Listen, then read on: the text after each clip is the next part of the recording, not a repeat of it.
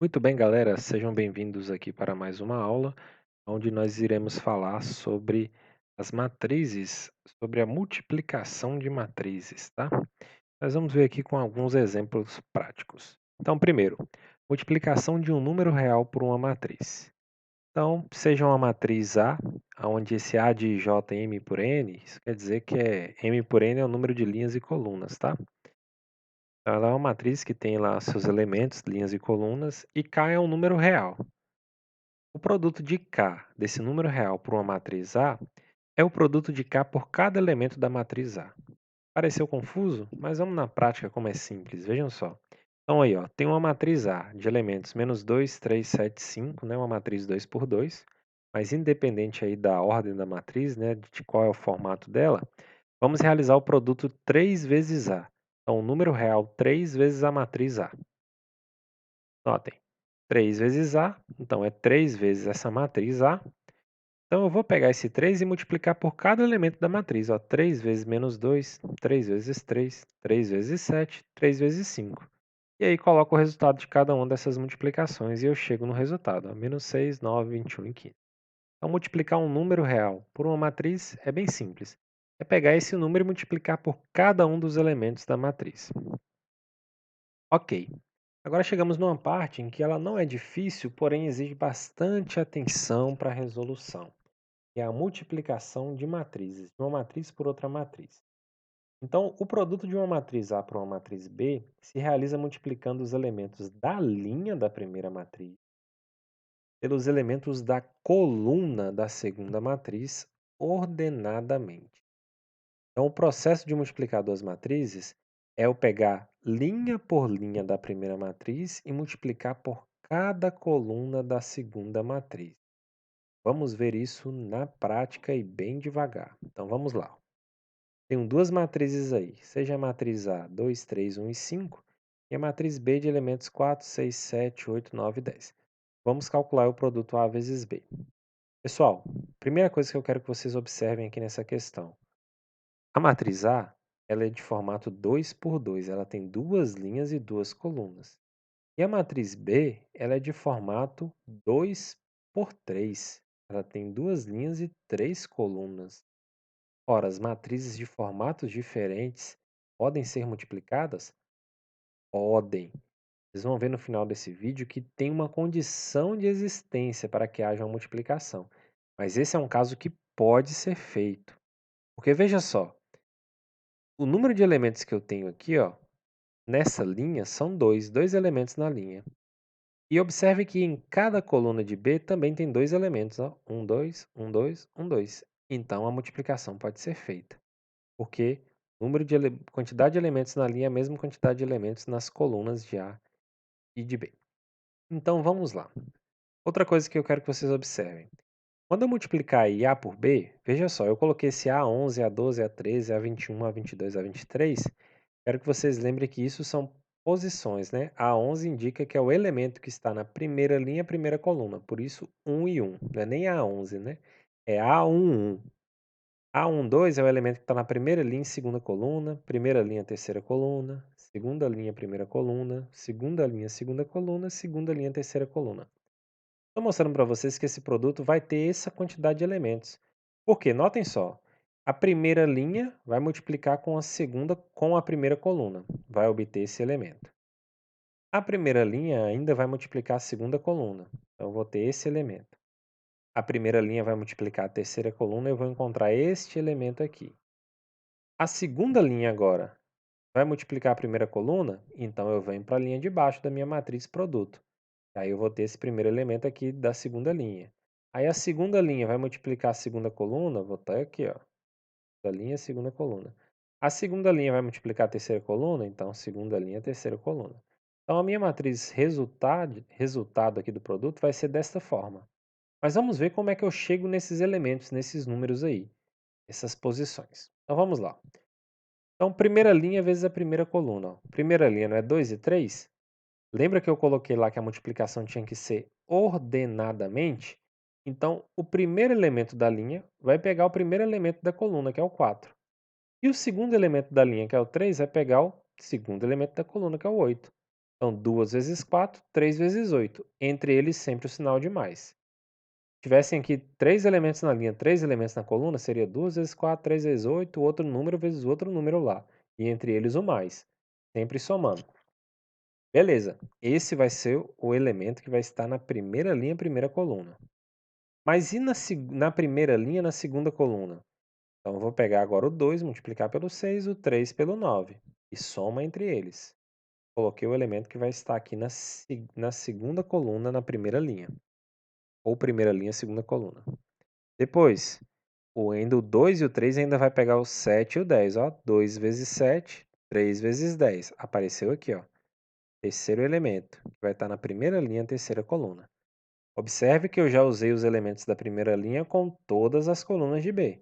Então, agora eu posso partir para a minha segunda linha, que é o 1 e o 5, e pegar agora cada elemento da coluna de B. Então, agora vamos lá. 1 e 5 com 4 e 8. Apareceu lá embaixo. 1 vezes 4 mais 5 vezes 8. Depois, 1 vezes 6 mais 5 vezes 9. Note aí, ó. Segunda linha com segunda coluna. Primeiro elemento com primeiro elemento, segundo elemento com segundo elemento. E assim vamos, ó. 1 vezes 7 mais 5 vezes 10. Observaram? Isso não é difícil. Só exige atenção e organização. Se nós tivermos atenção de pegar cada elemento da linha com cada elemento da coluna, usar todas as colunas, não esquecer o sinal de mais e o produto aí que do 2 com 4, 3 com 8, por exemplo, não trocar, né? 2 com 8, 3 com 4. Tendo essa atenção, dá certo.